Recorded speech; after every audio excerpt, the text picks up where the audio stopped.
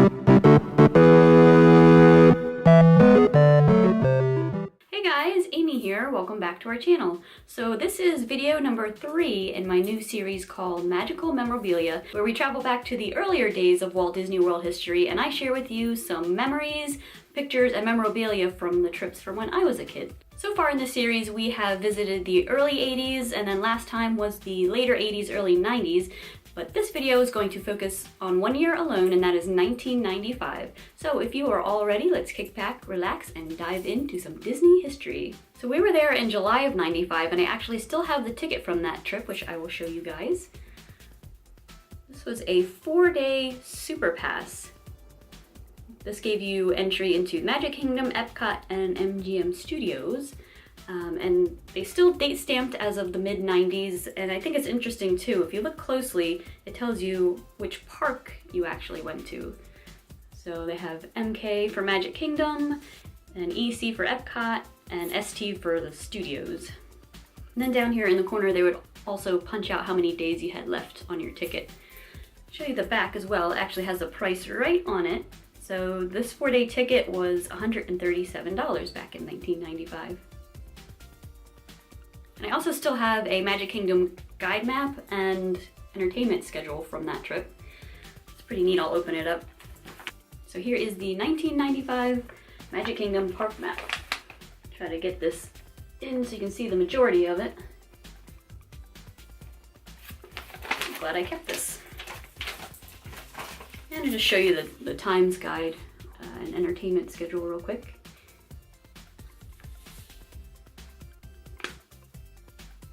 I love holding on to these entertainment schedules even today just because it's like a little snapshot into what's going on in the parks at the time. Like here you can see on the back it says Sunny Eclipse is now appearing at Cosmic Rays Starlight Cafe. So I actually do have a picture that I'm going to show you that even though Sunny Eclipse was there, they still had live entertainment that played. A tad bit grainy, but you can still make it out pretty well.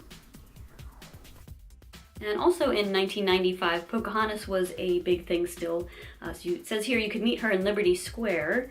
And also a whole new Tomorrowland, the future that never was, featuring the Tomorrowland Transit Authority, Timekeeper, Tomorrowland Light and Power Co. I don't remember that one.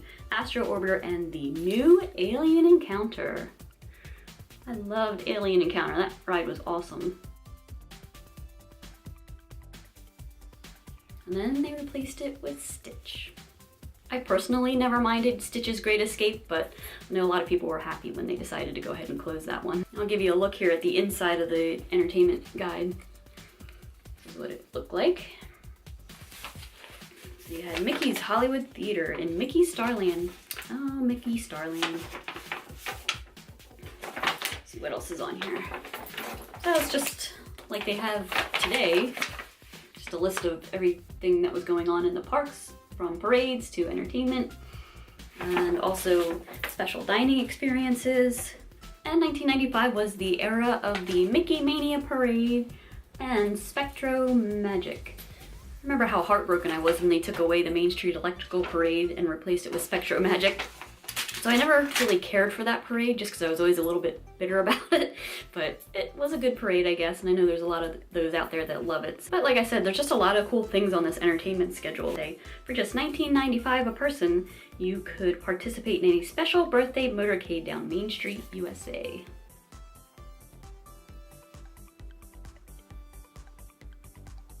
$19.95 was also a big year for Lion King. This is a postcard that I saved from that trip, but in Magic Kingdom in Fantasyland, they actually had The Legend of the Lion King, if you remember that. I always enjoyed this show, so I was a little bummed when they took it out of the Magic Kingdom, but they did replace it years later with Festival of the Lion King over at Animal Kingdom, so it's all good.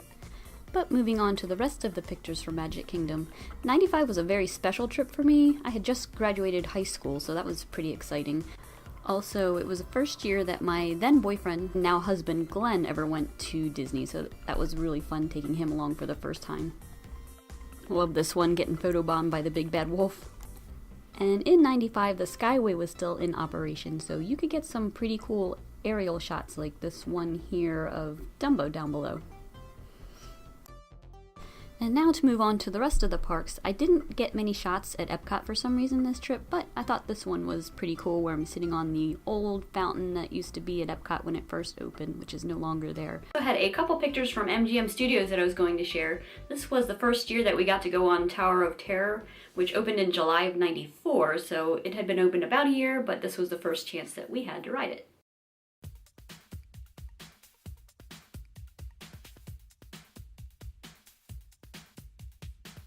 And just one other thing I wanted to show you guys from the Magic Kingdom. I found this hotel delivery slip. So we bought these things, had it sent to our resort. And if you look closely here, you can see that it says I bought a Phantasmic Dragon for $24.95. And I was like, wait a minute, I know that's the Maleficent dragon I have upstairs in the attic. So I went ahead and pulled it out, and here she is. I always love this dragon. I love the one that they have in the Festival Fantasy Parade now that like breathes actual fire. That's really cool. But this was the one back in the day, $24.95. Got you this cool Maleficent dragon. So the second half of this video, I wanted to share with you guys what we did outside of the parks. This trip we stayed again at the Village Resort, and we stayed in a townhome, which I have some really great pictures of. This is a shot that was taken with a disposable panoramic camera, so that came out really pretty with the reflection, and just a picture of the way the buildings were. And I actually still have the room key from that trip, which I thought was pretty interesting, just the way it looks. They have the little holes punched out. So obviously before Magic Bands, before even the magnetic stripe on the back, they had these little cards to let you into your room. So at the Village Resort, you could also rent golf carts, which you could drive not only around the resort, but also over to the Village Marketplace, which was right next door. So here's Glenn and I getting ready to take off. And this was a shot I found of us getting ready to eat at Mini Mia's, which is a restaurant that's no longer there. And just a shot I found of Planet Hollywood, which was relatively new back then. It had opened in '94, so about a year it had been open when we got to visit it for the first time. And we also visited Blizzard Beach for the first time. It had opened in April of '95, so it was only a few months old when we got to go there. So that wraps up this week's Magical Memorabilia video. If you liked it, give it a big thumbs up. Be sure to subscribe so you don't miss next week's video. I'm going to continue on and have more memorabilia from our later 90s trips, so subscribe, don't miss a thing. As always, I thank you all for watching and hope you have a magical rest of your day. Remember, life is better with Disney. Peace!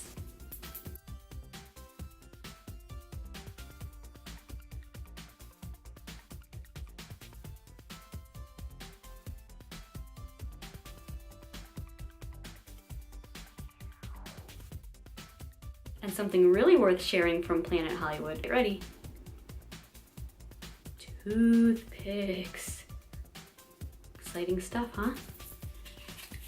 Oh, they're still in there. I didn't use any of them even.